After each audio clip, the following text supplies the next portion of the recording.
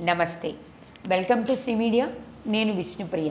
ప్రస్తుతం బాగా వినిపిస్తున్న మాట హైడ్రా, కూల్చివేతలు, ఎన్ కన్వెన్షన్ దగ్గర మొదలుపెట్టి సామాన్యుడి ఇళ్ల దాకా ఈ సమస్య వచ్చింది. అసలు హైడ్రా ఏంటి? నిజంగానే హైదరాబాద్లో ఇన్ని చెరువులు కూల్చేసి ఇల్లు కట్టారా? పెద్ద పెద్ద రియల్టర్సు, రియల్ ఎస్టేట్ వాళ్ళు ఓకే, మరి ఈ సమస్య సామాన్యుడి దాకా వస్తే ప్రభుత్వం ఏం చేయబోతుందో ఇప్పుడు మనం తెలుసుకుందాం. మనతో ఉన్నారు కాంగ్రెస్ కోట్ల శ్రీనివాస్ గారు, టీపీసీసీ సెక్రటరీ, కాంగ్రెస్ మెంబర్, చాలా స్పోక్స్ పర్సన్. సార్ని అడిగి ఈ సమస్యకి ప్రభుత్వం చెప్పబోతున్నటువంటి పరిష్కారం ఏంటో అడిగి తెలుసుకుందాం. నమస్తే సార్. సార్, మీకు తెలియంది కాదు, బయట మనం చూస్తున్నాం సామాన్యుడి దగ్గర నుంచి పెద్ద పెద్ద వాళ్ళ వరకు మాట్లాడుకుంటున్న ఏకైక సమస్య హైడ్రా. అసలు ఏంటి సార్, నిజంగానే ఇంతమందికి నోటీసులు పంపించారు, అన్ని చెరువులు కూల్చేసి భవనాలు కట్టిన మాట నిజమా? దీని వెనకాల ఏం జరుగుతుంది? ప్రభుత్వం దీన్ని, ఈ హైడ్రా దీన్ని ఎందుకు ఇంత సీరియస్గా తీసుకుంది? అమ్మా, ఇప్పుడు గౌరవ ముఖ్యమంత్రి రేవంత్ రెడ్డి గారి మేధో మదన్లో పుట్టిన ఒక మానస పుత్రిక హైడ్రా అని చెప్పక తప్పదు. ఈ రాష్ట్రంలోనే కాదు, హైదరాబాద్లో, ముఖ్యంగా రంగారెడ్డి జిల్లాలో, అదేవిధంగా మొత్తం తెలంగాణ రాష్ట్రంలో కూడా దీని ఒక పరిధి విస్తరించే ఆలోచనలో ముఖ్యమంత్రి గారు ఉన్నారు. ముఖ్యంగా ఏదైతే చెరువులు, కుంటలు, బఫర్ జోన్లు, ఎఫ్టీఎల్ల ప్రాంతంలో కట్టిన కట్టడాలను కూల్చివేయడమే ప్రధానమైన లక్ష్యం. ముఖ్యమంత్రి గారి ముందు చూపు ఏంటంటే ఈ రాష్ట్రంలో, ముఖ్యంగా హైదరాబాద్ నగరంలో నీటి ఎద్దడి ఉండొద్దని, ఈ యొక్క జంట నగరాల ప్రజలు దార్తి కోసం వెతకొద్దని, జంట నగరాల ప్రజల కోసం ఏదైతే 100 సంవత్సరాల క్రితం నిజాం సర్కార్ నిర్మించిన గండిపేట కానీ, ఉస్మాన్ సాగర్ కానీ, అలాంటి జలాశయాలు కేవలం ఆ రోజు నగర ప్రజల కోసమే ఆ జలాశయాలను కట్టారు. మన అందరికీ బాగా తెలుసు, చిన్నప్పుడు మనం గండిపేట నీళ్ళు తాగుతుంటాం, స్ట్రాంగ్గా ఉంటుంటాయి. ఇలా కృష్ణా వాటర్ తాగుతున్నాం, అటు గోదావరి వాటర్ తాగుతున్నాం. కానీ ఆ రెండు కూడా ఇబ్బంది పడితే మనకు రాబోయే రోజులలో జంట నగరాలకు తాగునీటికి 100 ప్రశ్నలకు మనం సమాధానం చెప్పవలసిన దూరదృష్టితోటి ఒక అపర భగీరథులు లేక ఈరోజు ముఖ్యమంత్రి గారు తీసుకుంటున్న చొరవ, ముఖ్యమంత్రి గారు తీసుకుంటున్న చర్యలు, ఈ హైడ్రా సంస్థకు ఇలా రాష్ట్ర ప్రజలందరూ కూడా ప్రశంసల జల్లులు కురిపిస్తడంలో ఎలాంటి అత్యశక్తి లేదు. ఇలా గండిపేటలో ఎగువనున్న ప్రాంతంలో అక్కడి నుంచి వచ్చి రావాల్సిన నీరు, వర్షపు నీరు, మరి గండిపేటలో ఉస్మాన్ సాగర్ నిల్వ ఉండవలసిన నీళ్లను గత ప్రభుత్వం కేటీఆర్ గారు ఏం చేశారు? ఎగువన అనుమతులు ఇచ్చి, ఎఫ్టీఎల్లో అనుమతులు ఇచ్చి, తద్వారా నీళ్లు రాకుండా చేసి, చుట్టుపక్కల ఫామ్ హౌస్లు అన్నిటి కూడా నిర్మాణానికి అనుమతులు ఇచ్చి, కొన్నిటికి అనుమతులు లేని నిర్మాణాలు కూడా ఉన్నాయి. వాళ్ళు ఏం చేశారు? చక్కగా డ్రైనేజ్ వ్యవస్థను తీసుకొచ్చి మన యొక్క గండిపేట జలాశయంలో కలిపారు. అదేవిధంగా అపార్ట్మెంట్ సంస్కృతిని తీసుకొచ్చి ఆయనే స్వయంగా మరి జలాశయంలో మురికివాడలుగా మూసి రివర్గా మార్చిందంటే ఎంతకంటే దురదృష్టం ఏమన్నా ఉంటుందా? అందుకొరకే గౌరవ ముఖ్యమంత్రి గారు పదే పదే చెప్తా ఉన్నారు, ఇది రాజకీయాలకు అతీతంగా ఏ వ్యక్తికో, ఏ వ్యక్తులకు సంబంధించింది కాదు, ఏ రాజకీయ పార్టీకో, ఏ రాజకీయ నాయకునికో, ఏ సినిమా తారలకు సంబంధించింది కాదు, ఇది వ్యవస్థకు సంబంధించింది, వ్యక్తులకు సంబంధం లేనే లేదు. దీంట్లో రాజకీయ కక్ష అసలే లేదు. కొంతమంది ప్రతిపక్షాలు ఇలా ఆరోపణ చేస్తున్నాయి, టీఆర్ఎస్ వాళ్ళ మీదనే మేము హైడ్రా ఉపయోగిస్తాం. టీఆర్ఎస్ వీళ్ళ మీద కాదు, ఇలా మా పల్లవరాజు కేంద్ర మంత్రి మీద కానీ, ఇలా ఓవైసీకి సంబంధించిన ఏదైతే ఆ పార్టీ ఎమ్మెల్యేలు, ఎమ్మెల్సీలు ఉన్న ప్రాంతంలో, బౌద్ధపురలో కానీ అలాంటి ప్రాంతంలో కూల్చేసినాం. ఒక నాగార్జునదే కాదు, అన్ని సినిమా. ఇప్పుడు నాగార్జున గారిది కూల్చిన, మీరు చెప్తున్న ఓవైసీ ఎమ్మెల్సీలు, ఎమ్మెల్యేలకు కూల్చిన, లేదా కాంగ్రెస్ నాయకులకు కూల్చిన, ఇదంతా ఒక ఎత్తు సార్. వీళ్ళు దీన్ని భరించగలిగే స్థితిలో ఉన్నారేమో, కానీ సామాన్యుడి గళం గురించి చెప్తున్నాం. మేము కొంతకాలం క్రితం ఒక ఉద్యోగం చేసుకొని, డబ్బు సంపాదించుకొని, పెన్షన్ డబ్బులతో ఈ అపార్ట్మెంట్లో ఈ ఫ్లాట్ కొనుక్కునేటప్పుడు మేము అన్ని చోట్లకి తిరిగితే ఫలానా అధికారులు అక్కడ మున్సిపల్ సెక్రటరీ దగ్గర నుంచి వాళ్ళు పర్మిషన్లు ఇస్తేనే ఇది లీగల్ అని నమ్మి కదా నేను ఈ ఫ్లాట్ కొన్నాను. ఇప్పుడు వచ్చి ఇది ఇన్లీగల్ కూల్చేస్తామని అంటే మీరు రాజకీయం చేసుకోవాల్సింది, సామాన్యుడిగా నేనెందుకు దీన్ని భరించాలి అని ఒక సామాన్యుడి ప్రశ్న. విష్ణుప్రియ గారు, మనం బాగా ఆలోచించవలసింది ఏంటంటే సామాన్య జోలికి ప్రభుత్వం పోతలేదు. ఇక్కడ మనం గుర్తుంచుకోవాలి, ఎవరైతే విష్ణుప్రియ గారు ఒక గండిపేట ఎఫ్టీఎల్ను దేంట్లో ఒక ఇల్లు కట్టుకున్నారు అనుకోండి, మీ వ్యక్తిగతం కోసం ఒక ఇల్లు కట్టుకోండి. మీకు అవసరం అనుకుంటే నష్టపరిహారం కట్టిస్తాం, అవసరం అనుకుంటే ఈ గ్రేటర్ హైదరాబాద్లో మళ్ళీ 200 స్థలాలు, 200 గజాల స్థలాలు, 150 గజాల స్థలాలు ఇవ్వడానికి ప్రభుత్వం ముందుకు వచ్చింది, సిద్ధంగా ఉంది. అదేవిధంగా అపార్ట్మెంట్కి అయితే పర్మిషన్ ఇచ్చిర్రు. మీరు అన్న క్వశ్చన్ కరెక్ట్. ఏదైతే ఎఫ్టీఏలో కానీ బఫర్ జోన్లో కానీ ఒక 4 అంతస్తుల మేడకు పర్మిషన్ ఇచ్చిన ఆ ఇచ్చిన అధికారిని కూడా చట్టం తన పని తాను చేసుకుంటూ ఉంది. ఆ రోజు టీపీఏ ఎవరున్నారు, ఆ రోజు కలెక్టర్ ఎవరున్నారు, ఆ రోజు మున్సిపల్ శాఖలో ఎవరు పనిచేస్తున్నారు, అక్కడ సంబంధించిన టౌన్ ప్లానింగ్ అధికారులను కూడా ఖచ్చితంగా చట్టపరంగా వాళ్ళ మీద చర్య తీసుకోక తప్పదు. ఎందుకంటే పేదలకు న్యాయం, ధనికులకు న్యాయం అనేది ఇక్కడ ఏం లేదు. ఎఫ్టీఎల్లా, బఫర్ జోన్లా, అదేవిధంగా నది పరివాహక ప్రాంతంలో ఏ వ్యక్తి ఉన్నా కానీ తీసి పంపడమే. ఒకవేళ దారిద్ర్య రేఖ దిగువనున్నా, అదేవిధంగా బిలో ప్రాపర్టీ ఉన్న ఇండివిజువల్ హౌస్ కట్టుకున్న వాళ్ళకు, వాళ్ళ వ్యక్తిగతంగా ఇల్లు కట్టుకొని దాన్ని సంసారం చేసుకున్న వాళ్ళకు ప్రభుత్వం ఖచ్చితంగా వాళ్ళకు ప్రత్యామ్నాయం కల్పించడానికి గౌరవ ముఖ్యమంత్రి రేవంత్ రెడ్డి గారు ఉన్నారు. ఎవరికి అన్యాయం చేయడానికి వీలు లేదని పదే పదే చెప్తున్నప్పుడు కూడా ఈ భరించలేని, అంటే కాంగ్రెస్ పార్టీకి పేరు వస్తుంది, రేవంత్ రెడ్డి గారికి వ్యక్తిగతంగా ప్రభుత్వానికి పేరు వస్తుంది, కాంగ్రెస్ పార్టీ మంచి పనులు చేస్తుందని ఈ విషము చిమ్ముతున్న టీఆర్ఎస్ నాయకులను మాత్రం వదిలే ప్రసక్తే లేదు దాంట్లో. ఎందుకంటే కావలసుకొని ఇప్పుడు తెలియక ఒకరు ఒక ఇల్లు కట్టుకున్నారు అనుకోండి, తెలియక వాళ్ళని మనం క్షమించవచ్చు. తెలిసి కావాలని బఫర్ జోన్లలో కట్టుకొని కావాలి మమ్మల్ని ఎవరేం చేస్తారని ఒక అహంపూరితంగా అదేవిధంగా నియంతలాగా ప్రవర్తించిన వాళ్ళు చట్టం ఊకోదు. కానీ ఇప్పుడు మీరు ఇందాక అన్నట్టు ఇక్కడ నాగార్జున గారి విషయమే తీసుకుంటే, ఆయన మీరు ఎప్పుడైతే ఎన్కన్వెన్షన్ దాకా వెళ్ళారో ఆయన తెల్లారు ఒక స్టేట్మెంట్ ఇచ్చారు కదా సార్, మేము దీన్ని కోర్టులో స్టే తెచ్చుకున్నాము, ఇది ఎక్కడా కూడా చెరువుల్ని కబ్జా చేసింది లేదు, ప్లానింగ్లో అలాంటిది ఏం జరగలేదు, నేను దీని మీద న్యాయంగానే ఉన్నాను, న్యాయ పోరాటం చేస్తున్నానని ఆయన పబ్లిక్గా స్టేట్మెంట్ ఇచ్చారు. మరి ఒక అధికార పార్టీ అధికారిగా మీరేం చెప్తారు ఆయన స్టేట్మెంట్కి? నిజంగా ఈరోజు కోర్టుకు వెళ్ళి వాళ్ళకి న్యాయం జరిగితే ఓకే, వెల్కమ్. గౌరవ కోర్టును ఎవరైనా, ప్రభుత్వం అయినా ఎవరైనా ఆ కోర్టు తీర్పును గౌరవించాల్సిందే. అయితే మనం బాగా ఎన్కన్వెన్షన్ కూలగొట్టే టైంలో మీరు కూడా చూస్తుంటారు విష్ణుప్రియ గారు, ఏది చెరుకు అడ్డంగా కట్టిన రిటర్నింగ్ వాల్, అంటే ఇటు నీళ్లు ఇటు ఈయన హాలు, ఇటు నీళ్లు ఇటు, అంటే ఎంతవరకు సంబంధం? వీళ్ళు కోర్టుకు ఎత్తుకుపోతారు. వీళ్ళు ఇన్ని కోట్ల రూపాయలున్నాయి కదా, ప్రజల కోసం వదిలేయాలి కదా, చెరువుల కోసం వదిలేయాలి కదా. వీళ్ళు కూడా ఒక సినిమా యాక్టర్ అంటే ఏ హీరోయిన్ అన్న తీసుకోండి, ఏ సినిమానన్నా తీసుకోండి, ఒక ఆదర్శంగా ఉంటుంది. ఒక అల్లూరి సీతారామరాజు తీసుకోండి, ఏది మన స్వాతంత్రం గురించి చెప్తారు, ఒక సైరా నరసింహారెడ్డి తీసుకొని ఒక అట్లాంటి సినిమాలను ప్రభావితం చేసే వ్యక్తులు వీళ్ళే తప్పు చేస్తే సామాన్యుడు ఎక్కడ చెప్పుకోవాలనేది నేను మిమ్మల్ని అడుగుతున్న క్వశ్చన్. అది సూటిగా ప్రజలకు వివరిస్తున్నాను కూడా నేను. ఇప్పుడు మనం చాలా ఇన్కన్వెన్షన్ కూలగొట్టేప్పుడు మనం అన్ని టీవీలలో చూసినాం, ఏది డైరెక్టు చెరువుల రిటర్నింగ్ వాల్ కట్టండి, ఇటు నీళ్ళు ఇటు ఇది, అంటే ఇంత అన్యాయంగా ఉంటుందమ్మా? అంటే మీరు హీరోలో ఇదా మీకు సందేశం ఇచ్చేది? సినిమాలనేమో పెద్ద పెద్ద ఫైట్లు చేసి అందరినీ కాపాడతారు, ప్రజల కోసం కాపాడతాం, వీళ్ళ కోసం కాపాడతాం, పేద ప్రజల కోసం అని మీరు వేసే పాత్రలేంది నిజ జీవితంలో, అంటే రియల్ జీవితంలో అది, రియల్ జీవితంలో ఇదా? కనుక డబ్బున్న మీరే కక్కుర్తి పడితే సామాన్యుడు ఏం కావాలని ఈ సందర్భంగా సామాన్యుని దృష్టిలో పెట్టుకొని, ఈ రాష్ట్ర భవిష్యత్తు దృష్టిలో పెట్టుకొని గౌరవ ముఖ్యమంత్రి గారు తీసుకున్న ఈ నిర్ణయం ఈరోజు మరో భగీరథ ప్రయత్నం అని చెప్పక తప్పదు. అంటే మీరు ఇప్పుడు చెప్తున్నది ఈ హైడ్రా అనేది ఖచ్చితంగా ప్రజా ఉపయోగకరం కోసమే చేస్తున్నాము, 100%. ఈరోజు ఇంకొక నిర్ణయం కూడా ప్రభుత్వం తీసుకోబోతుంది. ఈ హైడ్రా అనేది కేవలం హైదరాబాద్కే కాదు, ఔటర్ రింగ్ రోడ్ వరకు కూడా పరిధిని విస్తరించాలని.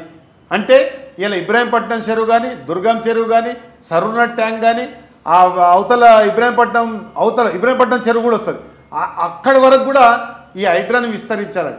భవిష్యత్తులో నేను గౌరవ ముఖ్యమంత్రి గారిని కోరుతున్నానంటే, ఇది హైడ్రా అనేది మొత్తం రాష్ట్రాలు కూడా, అంటే మన రాష్ట్రం మొత్తం కూడా, ఇప్పుడు కొన్ని కరీంనగర్ జిల్లా ఉంది, అదేవిధంగా కొన్ని జిల్లాలలో మెయిన్ సెంటర్లు ఉన్నాయి, అంటే డిస్టిక్ హెడ్ క్వార్టర్లో కూడా ఉన్న చెరువులను కూడా కొన్ని బకాసూరులు ఇవాళ కబ్జా చేశారు. కాబట్టి నేను గౌరవ ముఖ్యమంత్రి గారిని విన్నవించుకుంటున్నా, వేడుకుంటున్నా, ఈ యొక్క హైడ్రా సంస్థను 33 జిల్లాలకు విస్తరించాలని ఒక కార్యకర్తగా ఒక సామాన్య పౌరునిగా నేను కోరుతా ఉన్నాను. మీరు కొంతమంది ఇప్పుడు ఇది హైడ్రా అనేది కేవలం హైదరాబాద్కి పరిమితం కాకుండా జిల్లాల దాకా వెళ్ళాలి అని అడుగుతున్నారు కదా సార్. మరి ఇక్కడ మీరు చెప్పారు కొంతమంది బకాసురులు దాన్ని కబ్జా చేశారని. ఈ కబ్జా చేసిన మీరు చెప్తున్న బకాసురుల్లో కాంగ్రెస్ నాయకులు ఉంటే ఏం చేస్తారు? ఈ ఒక్కటే అమ్మా విష్ణుప్రియ గారు, ఇక్కడ రేవంత్ రెడ్డి గారి మదిలో ఒకటి ఉంది. ఆడ ఏ పార్టీ అనేది కాదు, ఏ వ్యక్తి అని కూడా కాదు, వ్యవస్థ కోసం చేస్తున్న ప్రయోగం ఇదంతా. వ్యవస్థను పునర్నిర్మించడానికి ప్రయత్నం, మరో భగీరథ ప్రయత్నం అని చెప్తున్నాను. ఇలా వర్షాలు ఎందుకు వస్తలేవు? మనకు చెరువులు కుంటలని సర్వనాశనం చేశారు కాబట్టి మనకు వర్షాలు వస్తలేవు.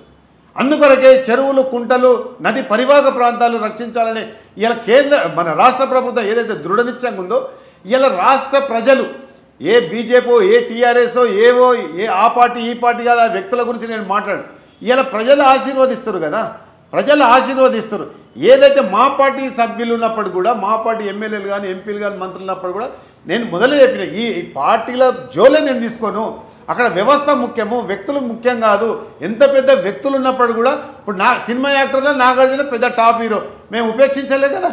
అట్లా ఎవరు పెట్టుకున్నా మేము ఉపేక్షించలేదు. ఎంత పెద్ద నాయకుడు అని, ఏ పార్టీ నాయకుడు అని ఖచ్చితంగా హైడ్రా తన పని తాను చేసుకుంటూ పోతుంది. కాంగ్రెస్ పార్టీ నాయకులు ఉన్నారు, ఏ పార్టీ నాయకులు ఉన్నప్పుడు కూడా, మా పార్టీలో ఎంత పెద్ద నాయకుడు ఉన్నప్పుడు కూడా ఖచ్చితంగా హైడ్రా తన పని తాను చేస్తుంది. అందుకొరకే రంగనాథ్ గారిని ముఖ్యమంత్రి గారు ఫ్రీ హ్యాండ్ వదిలిర్రు. ఇవాళ నిన్న మొన్న చూసిరు, ఏదైతే దుర్గం చెరువుల్లో ముఖ్యమంత్రి గారు సోదరుని ఇల్లుంటే కూడా నోటీసులు ఇవ్వడం జరిగింది. అంటే ఇంతకంటే మన పారదర్శక ఏముంటదమ్మా విష్ణుప్రియ గారు చెప్పండి. అంటే కేవలం ప్రజలకి మేము అందరినీ సమానంగా చూస్తున్నాం అని చెప్పడం కోసం మాత్రమే చేస్తున్నారు, కానీ నిజంగానే ఆయన మీద కూడా, ముఖ్యమంత్రి గారి సోదరుడి మీద కూడా చర్య తీసుకుంటారా? 100% ముఖ్యమంత్రి గారు సోదరుడని నోటీస్ ఇవ్వకుండా ఉండలే కదా. ముఖ్యమంత్రి గారు సోదరుడు ఉన్నారనే నోటీస్ ఇచ్చారు. ముఖ్యమంత్రి గారి సోదరుడు తిరుపతి రెడ్డి గారు దాన్ని స్పందించి, ఆ రోజు నాకు తెలియకుండా నేను కట్టుకున్నా అనేది ఆయన ఉన్న వాస్తవం విశదీకరణ. ఒకవేళ అదే తప్పే జరిగితే కూలగొట్టడానికి కూడా పర్మిషన్ ఇచ్చారు. దాంట్లో ఎక్కడ కూడా నాకు ముఖ్యమంత్రి గారు ఉన్నారు మా అన్న అని ఎక్కడ కూడా లేదు. మీరు కూలగొట్టండి రూల్ ప్రకారంగా. రాష్ట్ర ప్రజలకు ఒక రూలు, ముఖ్యమంత్రి గారికి ఒక రూల్ అనేది ఇక్కడ లేదు. ముఖ్యమంత్రి గారి స్వయాన తమ్మున్నే కూలగొట్టినాక ఇక మామూలు భరోసా ఎట్లా కలగదు? మామూలు భరోసా కలుగుతుంది. ఈరోజు ఫైనల్లీ మీరు చెప్తున్నారు హైడ్రా అనేది ఖచ్చితంగా ప్రజా రక్షణ కోసము, జలాశయాలు రక్షించడానికి, ఏదైతే బఫర్ జోన్ ఎఫ్టీఎల్ నది పరివాహక ప్రాంతాలను రక్షిస్తేనే రాబోయే రోజులలో మనం ఇప్పుడు చెప్పుకుంటున్నాం. నిజాం సర్కారు 100 సంవత్సరాల క్రితం కట్టించింది జలాశయాలు హైదరాబాద్ నగరానికి అని, కాకతీయులు అది చెరువులు కట్టించిందని చెప్పుకున్నాను. భవిష్యత్తులో రేవంత్ రెడ్డి అనే ఒక మహానాయకుడు, ఒక భగీరథుడు, ఒక ఆయన మానస పుత్రిక ఏదైతే హైడ్రా ఇట్లా ఉండని భావి తరాలు చెప్పుకునే విధంగా గౌరవ ముఖ్యమంత్రి గారు తీర్చిదిద్దడంలో ఇలా తెలంగాణ ప్రజలు 4 కోట్ల మంది ప్రజలు, ముఖ్యంగా 2 కోట్ల మంది మహిళలు మా బిడ్డ మంచి పని చేస్తుందని ఈరోజు కడుపులో పెట్టి చూసుకోవడంలో ఎలాంటి అత్యశక్తి లేదని సందర్భంగా నేను చెప్పదలుచుకున్నాను. ఇప్పుడు ముఖ్యమంత్రి గారి గురించి, ఆయన చేస్తున్న హైడ్రా పని గురించి చాలా చెప్పారు. అయితే ముఖ్యమంత్రి గారు పెట్టినటువంటి ప్రణాళికల్లో మీరు మహిళల గురించి మాట్లాడారు కదా. ఉచిత బస్సు మేము చెప్పినటువంటి హామీలలో మొదటి హామీగా ఇచ్చాము అని మీరు చెప్తున్నారు. దాంట్లో హర్షం ఎంత వచ్చిందో వ్యతిరేకం కూడా అంతే వచ్చింది. యువత చెప్తున్నారు మాకు ఈ ఫ్రీలు ఏమీ వద్దు, మీరు ఈ ఫ్రీ పథకాలు ఇవన్నీ పెట్టాల్సిన అవసరం లేదు, మాకు ఉద్యోగ అవకాశాలు కల్పించండి అని. యువత చేసిన ఈ ప్రశ్నకి సమాధానం ఏం చెప్తారు? ఎన్ని ఉద్యోగ అవకాశాలు కల్పించారు ఈ 9 నెలల్లో? ఈరోజు మహిళలు 33 జిల్లాల మహిళలు స్వచ్ఛందంగా వాళ్ళ యొక్క కార్యక్రమాల మీద ఎక్కడ ఆలంపూర్ నుంచి ఖమ్మం వరకు, ఖమ్మం నుంచి ఆదిలాబాద్ వరకు, ఆదిలాబాద్ నుంచి మక్తల్ వరకు ఇలా ఫ్రీగా తిరుగుతూ ఉన్నారు. ఎవరి దగ్గర టికెట్ వసూలు చేస్తాం. మహిళల పట్ల ఈ కాంగ్రెస్ పార్టీకి ఉన్న ఏదైతే అంకిత భావన ఎవరు కూడా శంకించలేదు. గౌరవ ముఖ్యమంత్రి పదే చెప్పారు. నిన్న మొన్న కూడా మహిళల పట్ల ఫ్రీ బస్సు గురించి, మహిళల పట్ల కేటీఆర్ చేసిన వ్యాఖ్యలు మీరు చూసిరు.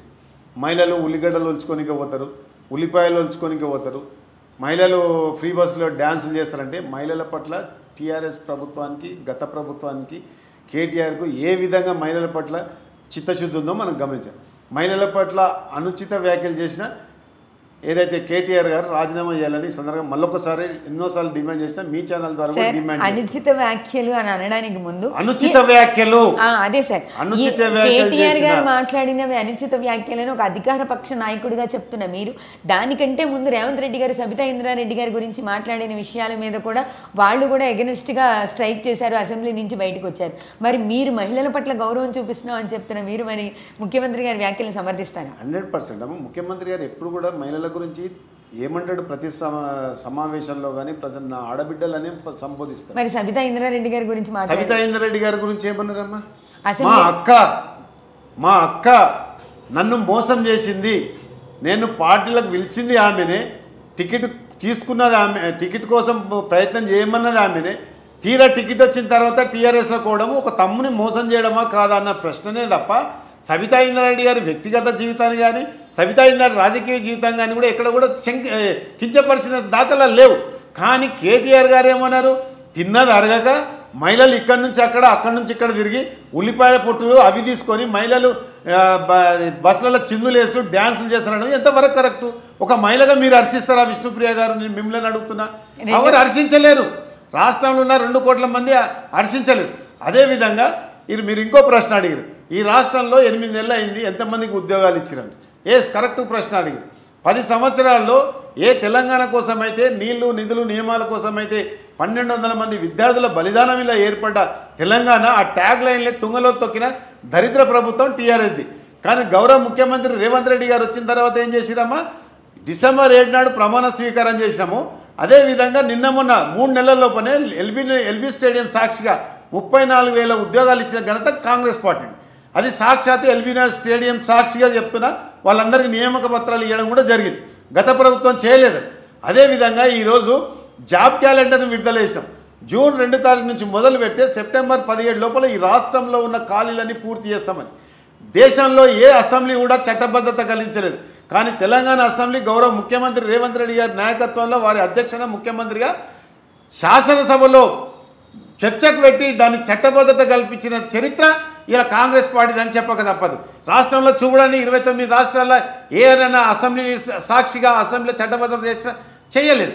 అదేవిధంగా గత ప్రభుత్వంలోని టీఎస్పీసీని ప్రక్షాళన చేయాలని టీఎస్పీసీ అవినీతి మీద మేము ఎన్నోసార్లు గవర్నర్ గారికి రిప్రజెంటేషన్ చేసినాము.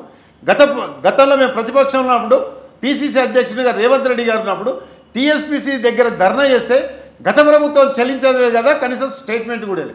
కానీ మేము రాగానే ఏం చేసినాం? గౌరవ ముఖ్యమంత్రి గారు టీఎస్పీసీని ప్రక్షాళన చేసి ఒక పారదర్శకమైన పరిపాలన, అది ఇండిపెండెంట్ బాడీ కాబట్టి పారదర్శకమైన ఉద్యోగాలు ఇవ్వాలని మరి గ్రూప్ 1 గ్రూప్ 2 కూడా నోటిఫికేషన్ ఇచ్చిన చరిత్ర కూడా కాంగ్రెస్ పార్టీ. గతంలో ఈ ట్యాగ్ లైన్లే తుంగలో తొక్కిరు కదా. అదేవిధంగా ఆ రోజు మరి ఈరోజు ఒక భగీరథ ప్రయత్నం ఏంది? ఆ రోజు నీళ్ళ కోసం కొట్లాట అయింది. ఏదైతే శ్రీశైలం డెడ్ స్టోరేజ్ నుంచి జగన్మోహన్ రెడ్డి దొంగలాగా తీసుకుపోతుండే కళ్ళుండి చూడలేని కబోది గత ప్రభుత్వం అయితే ఇవాళ డెడ్ స్టోర్ నుంచి నీళ్లు పోవద్దని ఇవాళ ఏదైతే చెరువులు కుంటలు నదులు ఇవన్నీ వరియోగ ప్రాంతాలు రక్షించాలనే ఉద్దేశంతో ఇవాళ హైడ్రాన్ తీసుకొచ్చి అవసరం అనుకుంటే కృష్ణా వాటరు గోదావరి వాటర్ మనకు లేకున్నా కానీ వర్షం వస్తే మన నీళ్లు మనకు ఉండాలనే ఒక అపరభగీరథ ప్రయత్నం చేస్తుండు. మన అందరం ప్రశంసించాలి తప్ప విమర్శించడానికి ఎక్కడ కూడా సాహసించొద్దని కూడా ఈ సందర్భంగా మనం చేస్తాం.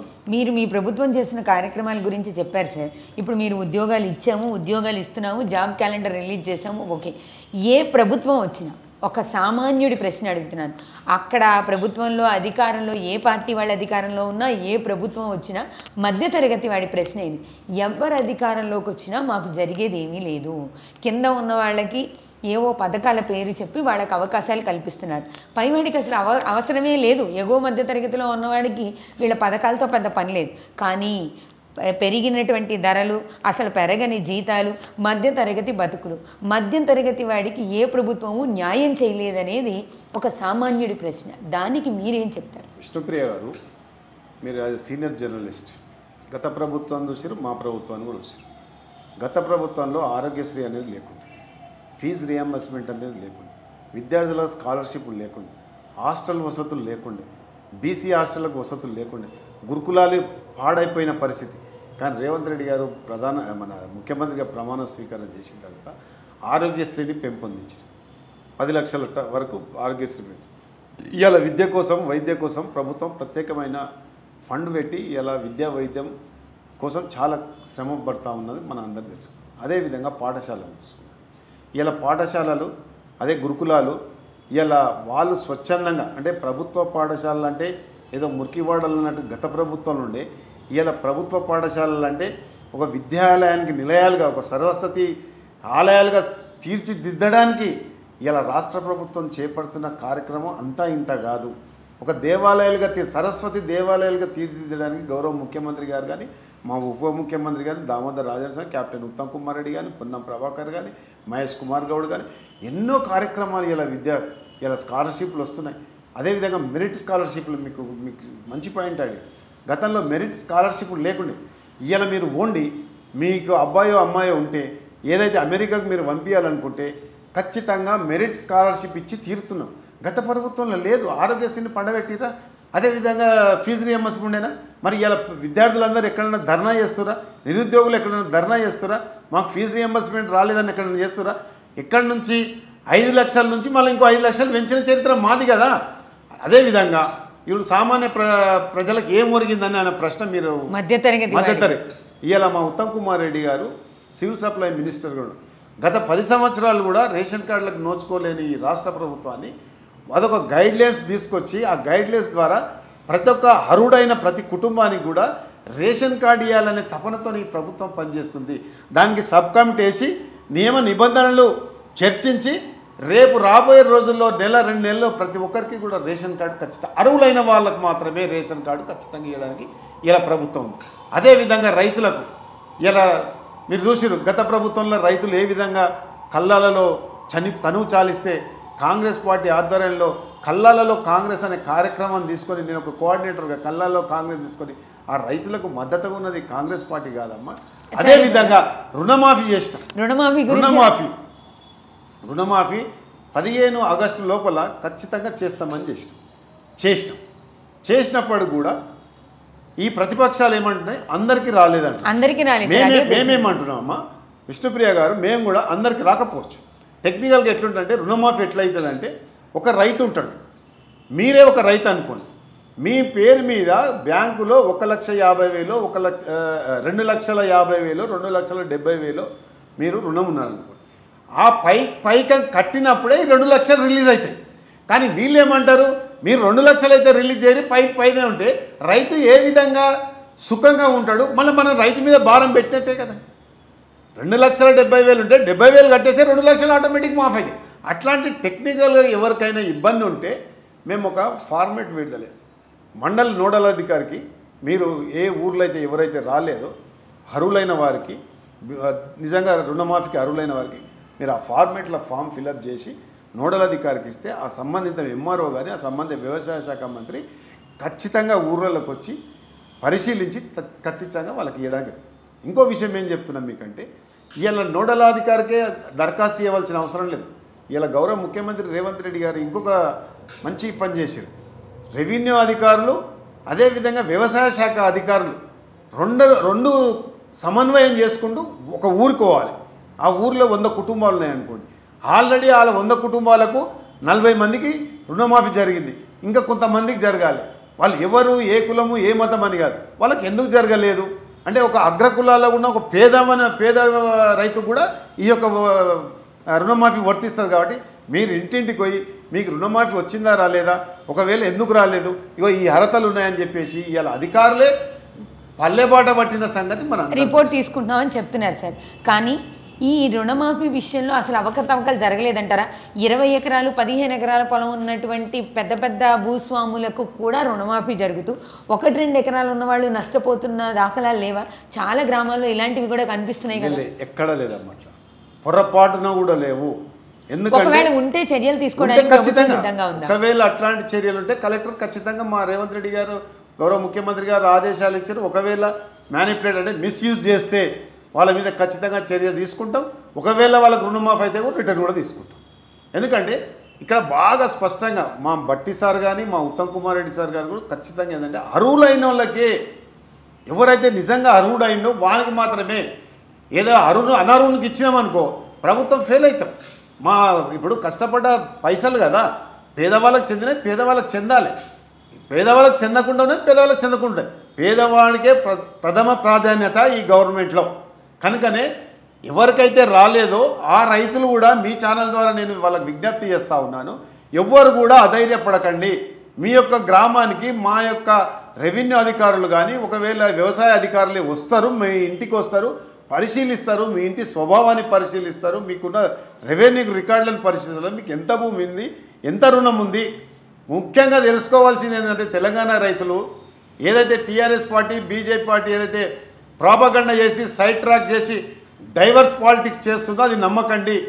ఏ రైతుకైతే 2 లక్షల పైచీలకు రుణం ఉంటుందో ఆ పైసలు కట్టిన తర్వాతనే రుణమాఫీ అవుతున్న సంగతి తెలుసుకోవాల్సిన బాధ్యత రైతులకు పైన ఉందని కూడా ఈ సందర్భంగా మనం చేస్తున్నాం. ఇప్పుడు మీరు TRS party BJP party propaganda చేస్తున్నదాన్ని నమ్మద్దు అనే ఒక టాపిక్ లేవనెత్తారు కదా సార్. గౌరవ ముఖ్యమంత్రి గారు కవిత గారికి బెయిల్ వచ్చిన విషయం గురించి మాట్లాడుతూ బీఆర్ఎస్ పార్టీ బీజేపీ పార్టీ కలిసిపోవడం వల్ల మాత్రమే కవిత గారికి బెయిల్ రావడం జరిగింది అని సుప్రీంకోర్టు నిర్ణయం మీద ఒక ఎలిగేషన్ పెట్టారు. అంటే సుప్రీంకోర్టే బెయిల్ ఇచ్చిన తర్వాత గౌరవ ముఖ్యమంత్రి ఇలా మాట్లాడకూడదు కదా, దానికి సమాధానం చెప్తారు. ముఖ్యమంత్రి గారికి న్యాయస్థానం అన్నా కోర్టులన్నా వారి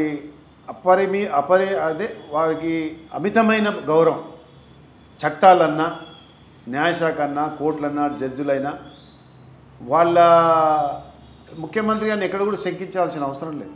ఎందుకంటే అపారమైన గౌరవం కోర్టులన్నా. ఈ ప్రశ్న ఎందుకు ఉత్పన్నమైందమ్మా అంటే గత 10 సంవత్సరాలుగా బీజేపీ ప్రభుత్వానికి నరేంద్ర మోడీ ప్రభుత్వానికి ఏలు విడిచిన తమ్ముని లేక కేసీఆర్ గారు ఉన్నారు.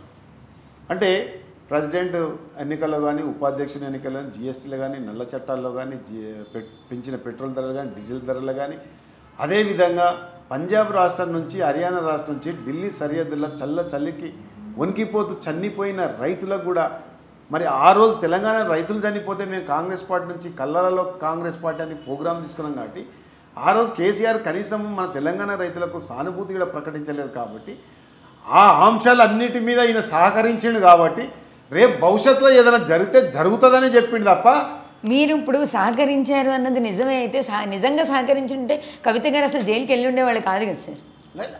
ఇప్పుడు చట్టం తన పని చేస్తారు. ఒకటి కవిత గారు చేసిన పని ఎక్కడ కూడా ఎవరు కూడా సమర్థనీయం కాదు. సీత సావిత్రి అనసూయ అరుంధతి పుట్టిన ఈ దేశంలో ఒక మహిళను గౌరవించే ఈ దేశంలో ప్రపంచ దేశాలు కూడా మన సంస్కృతిని మన కట్టు బొట్టును కూడా చేతులెత్తి నమస్కరించే సంస్కృతి ఉన్న ఈ దేశం మహిళ ఒక లిక్కర్ స్కామ్లో ఇరికిందంటే నాకు ఒక వ్యక్తిగా నేను చాలా బాధపడుతున్నాను. ఓ పప్పు దినుసులను ఒక బెల్లములను ఇంకే దినుసులు ఇరికితే పాప ఇంట్లో వెళ్తలేదేమో, పప్పుల కష్టం ఉందో బియ్యానికి కష్టం ఉందో బియ్యాలకు ఏముందో చట్నీలకు ఏమైనా పప్పులు అవసరం దాంట్లో ఇరికిందంటే ఒక లిక్కర్ అంటే మహిళకు చాలా దూరం. నేను చాలా నీట్గా బయటకు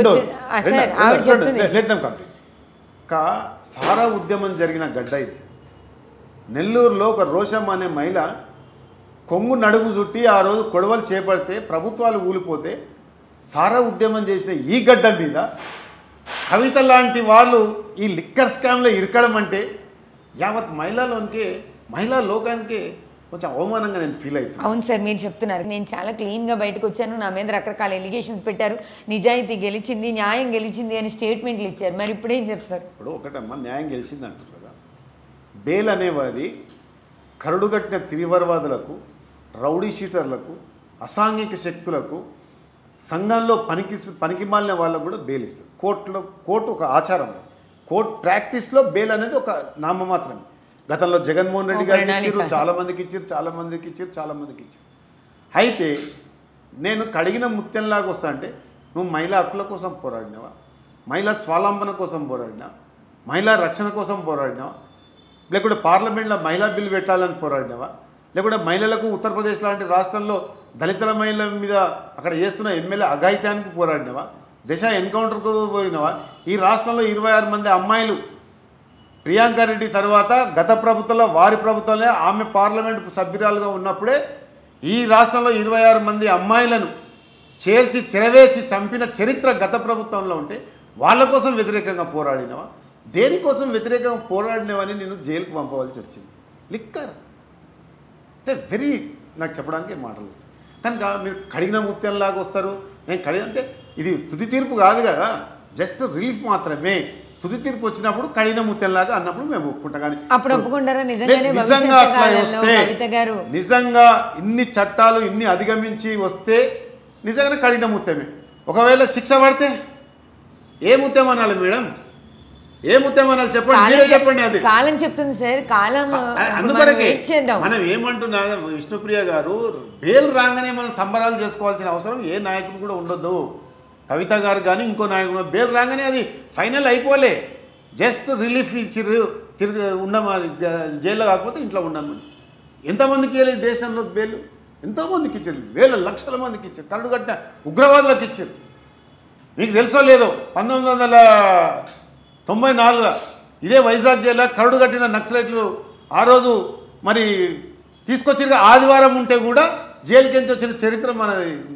కనుక ఈ దేశంలో ఏదైతే బెయిల్ వచ్చినంత మాత్రాన మనం పవిత్రులము, శుద్ధపూసలము, పునీతులం అయినట్టు కాదు. తుది తీర్పు వచ్చినాడే మనం ఆ ప్రశ్నించుకోవాలని సంగతి చెప్తాం. తుది తీర్పు కోసం ప్రజలు కూడా ఎదురు చూస్తుంటారు కాబట్టి ఎవరిది తీర్పు ఏంటనేది మనం చెప్పలేం కదా. కాలానికి ఒకటి మాత్రం విష్ణుప్రియ గారు, న్యాయస్థానం మీద మాకు నమ్మకం ఉంది. గౌరవ ముఖ్యమంత్రి గారు రేవంత్ రెడ్డికి అపారమైన నమ్మకము న్యాయస్థానాల పైన ఉంది, న్యాయమూర్తుల పైన ఉంది, న్యాయస్థానం ఉంది. భగవద్గీత, ఖురాన్, అదేవిధంగా బైబిల్ ఎంతనో మన రాజ్యాంగం కూడా అంతే అని నమ్మే వ్యక్తి గౌరవ ముఖ్యమంత్రి రేవంత్ రెడ్డి గారని చెప్పక తప్పదు. అందుకొరకే వారి వ్యాఖ్యలు వారిని నొప్పిస్తే నేను బాధపడతా, కానీ ఎవరిని ఉద్దేశించి అనలేదు, ఎవరిని గురించి అనలేదు. సరే సార్, ఫైనల్గా పెరుగుతున్న మనం ప్రజా సమస్యల గురించే మాట్లాడదాం, ప్రభుత్వంలో అధికారంలో ఉంది కాబట్టి. పెరుగుతున్న ధరలు, వాటి పట్ల నియంత్రణ గురించి ఇప్పుడున్న ప్రభుత్వం ఏ నిర్ణయం తీసుకోబోతుంది, ఏం చర్యలు చేయబోతుంది? ఇది పార్టీలకు అతీతంగా ప్రజాపక్షంగా అడుగుతున్న ప్రశ్న. అంటే ఈరోజు మేము 8 నెలలు ఏమొచ్చి 8 నెలల నుంచి 6 స్కీములు ఇవాళ ప్రజాక్షేత్రంలోకి పోయినాయి. రైతులకు కానీ, నిరుద్యోగులకు కానీ, ఒంటరి మహిళలకు కానీ అందరికీ చేరవేసే దిశగా ప్రజారంజకమైన పాలన జరుగుతుంది. మీరు గతంలో ఒక ముఖ్యమంత్రిని చూడలే, ఒక జర్నలిస్ట్గా ఒక ముఖ్యమంత్రి చూడలే, ఒక జర్నలిస్ట్గా సెక్రటరియట్లకు అడుగుపెట్టలే, ఒక జర్నలిస్ట్గా మీరు కనీసం అమరవీరుల స్తూపం కూడా ముట్టుకోలేదు. కానీ ఈరోజు ఒక జర్నలిస్ట్గా మీరు సచివాలయం పోవచ్చు, ఒక జర్నలిస్ట్గా ముఖ్యమంత్రి గారు కలవచ్చు, ఒక జర్నలిస్ట్గా మహాత్మా జ్యోతిరావు పూలే ప్రజా పరిపాలనలో మీరు దరఖాస్తు చేయొచ్చు. ఇన్ని వసతులు ఈ 8 నెలలు ఎట్లా సాధ్యమైంది మాకు? గతంలో ముఖ్యమంత్రిని మనం నమస్తే తెలంగాణ పేపర్లో చూసినాం కదా. ఇవాళ జిల్లాలు పర్యటిస్తున్న మా ముఖ్యమంత్రి గారిని కానీ, మా మంత్రులను కానీ, ప్రజా క్షేత్రంలో మా ఎమ్మెల్యేలు కానీ, మా ఎంపీలు కానీ ప్రతి సమస్యను వాళ్ళు దగ్గరుండి చూసుకొని సమస్యను పరిష్కరించే దశగా ఇవాళ ఒక సెంటర్ పెట్టినాం. మీకు ఇంకోటి విష్ణుప్రియ గారు, ఇవాళ మహాత్మా జ్యోతి పూలే ఏదైతే ప్రజాపాలనలో దరఖాస్తులు తీసుకుంటున్నాం, దరఖాస్తులు తీసుకున్న గత ప్రభుత్వంలో బుట్ట దాఖలు చేశారు. మేము అట్లాగా అక్కడ సంబంధిత అధికారులు ఉంటారు, మీరు ఏదైతే ఏ శాఖకు సంబంధించిన మీ భూమి పట్ట కావచ్చు, మీకు రేషన్ కార్డు కావచ్చు, లేకుంటే ఇంకోటి కావచ్చు, మీ పెన్షన్ రాకపోతే మేము కంప్యూటర్లో ఫీడ్ చేసి, ఎగ్జాంపుల్ మీరు జనగామ జిల్లాకించి ఒక చిన్న ఊరు నుంచి వచ్చిరండి, మీ సమస్య అక్కడ ఉంది, కంప్యూటర్లో ఫీడ్ చేసి ఆ జనగామ జిల్లాకు ఆ సంబంధిత అధికారులకు చేరవేసి తద్వారా పరిష్కరించే దిశగా మా యొక్క అధికారులు కానీ, మా మంత్రిమండలి కానీ కృషి చేస్తుంది. దాని ఇన్పుట్ కూడా తెప్పించుకుంటున్నాం. వాళ్ళకు ఏ విధంగా పెన్షన్ అయిపోయింది, ఏ విధంగా వాళ్ళ భూ సమస్య ఉంది, ఇవన్నీ ఎందుకు జరిగిందనేది మళ్ళీ ఇన్పుట్ తెప్పించుకొని సమస్యకు పరిష్కరించే ఏకైక ప్రభుత్వం ఇవాళ రేవంత్ రెడ్డి గారి ప్రభుత్వం. అయితే ఇప్పుడు ధరల విషయంలో ఏ నిర్ణయం తీసుకోబోతున్నారు? ధరణిలో ఖచ్చితంగా భూమాత ధరణి ప్రక్షాళన చేసి తీరుతామని ముఖ్యమంత్రి గారు కానీ మా మంత్రి మండలికి క్యాబినెట్ నిర్ణయం తీసుకొని ధరణి ప్రక్షాళన చేస్తాం. ఆ స్థానంలో అంతకంటే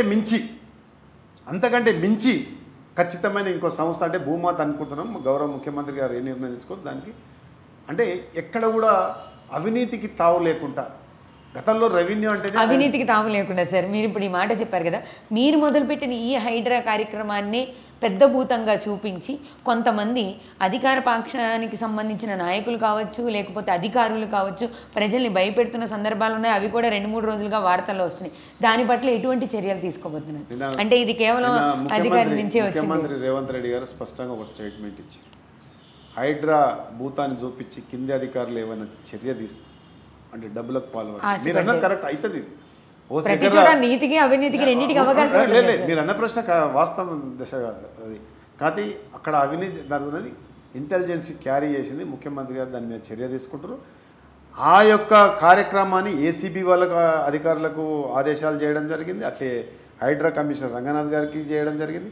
విజిలెన్స్ వాళ్ళని యాక్టివ్ చేయడం జరిగింది. అవినీతి నిరోధక శాఖ వాళ్ళని కూడా ఆదేశించడం జరిగింది. కింది అధికారులు ఏదైనా మేము అది చేస్తాం ఇది చేస్తామని పైరవీలు చేస్తే వాళ్ళకి సస్పెన్షన్ ఆర్డర్ ఇచ్చి, ఏది మామూలు కాదు, service for removal, okay, suspend కాదు, సర్వీస్ ఫర్ రిమోల్, అంటే ఉద్యోగం నుంచే శాశ్వతంగా తీసేయడానికి ముఖ్యమంత్రి గారు నిర్ణయం తీసుకోండి. ఇంతకంటే పారదర్శకత ఎక్కడుంటుంది చెప్పండి విష్ణుప్రియ గారు. ఓకే సార్, ఫైనల్లీ మీరు ప్రజా సమస్యల మీద ప్రజాక్షేత్రంలో మేము పోరాటం చేసి గెలిచి ఇప్పుడు ప్రజల పక్షంగా ప్రభుత్వాన్ని పరిపాలిస్తున్నాం అని చెప్తున్నారు. సో మీరు చెప్పిన ప్రతి కార్యక్రమం జరగాలని, మధ్యతరగతి వాడికి, దిగువ మధ్యతరగతి వాడికి కూడా న్యాయం జరగాలి. మీరు పెట్టిన అపర భగీరథ ప్రయత్నం హైడ్రా ద్వారా కూడా ప్రజలకు మంచి జరగాలి. నిజంగానే మీరు ఇచ్చిన హామీ ప్రకారం ఎవరికైనా నష్టం జరిగితే, మీకు ఇంకొక విషయం కూడా చెప్పాలి. గతంలో జర్నలిస్టుల పట్ల గత ప్రభుత్వము పాక్షిక ఆనందం పొందింది. కానీ మా ప్రభుత్వంలో రేవంత్ రెడ్డి గారి నాయకత్వంలో జర్నలిస్టులకు కూడా న్యాయం జరుగుతున్న సంగతి కూడా ఈ సందర్భంగా చెప్పి, వాళ్ళకి ఇండ్ల పట్టాలే కానీ, లేకుంటే వాళ్ళకి ఏదైనా వసతి గృహాలే కానీ, ఎవరికైతే ఆర్థికంగా బిలో ప్రాపర్టీ వాళ్ళకి, జర్నలిజం చేసే వాళ్ళకి కానీ, అంటే the 4th pillar of the estate, అంటే ప్రజాస్వామ్యం, అందమైన ప్రజాస్వామ్యం అంటే 4వ పిల్లరే ప్రెస్, జర్నలిజం, సంపాదకీయం. అట్లాంటి మిమ్మల్ని కూడా ఈ ప్రభుత్వం కడుపులో పెట్టి చూసుకుందనలో నేను చాలా సంతోషిస్తాను. Thank you sir. నిజంగానే మీరు చెప్పిన ఈ కార్యక్రమాలు మధ్యతరగతి వాడికి జరగాలి, ప్రభుత్వం ప్రజలు కోరుకున్నట్లుగా ఉండాలని మేము కూడా మనస్ఫూర్తిగా కోరుకుంటున్నాం. మీ అపర భగీరథ ప్రయత్నంలో ఎవరైనా నష్టపోతే వాళ్ళకి ఖచ్చితంగా ప్రభుత్వం లాభం చేయాలని మా వైపు నుంచి కూడా మేము విజ్ఞప్తి చేస్తున్నాం sir. Thank you very much sir. చూశారు కదా, ప్రతి సమస్యని మనం చూసే కోణం వేరుగా ఉంటుంది. ప్రభుత్వం ప్రజల పక్షంలోనే ఉంది, ప్రజా పక్షంతోనే పోరాడుతుంది, ప్రజల కోసమే మేము పనిచేస్తున్నామని చెప్పారు. చూద్దాం, నిజంగానే మీరు సమస్యలు కనుక ఎదుర్కొంటే ఆ సమస్యల్ని తెలియజేయండి, వాటితోనే మళ్ళీ పోరాటం చేద్దాం. మరో అతిథితో మళ్ళీ కలుద్దాం. నమస్తే.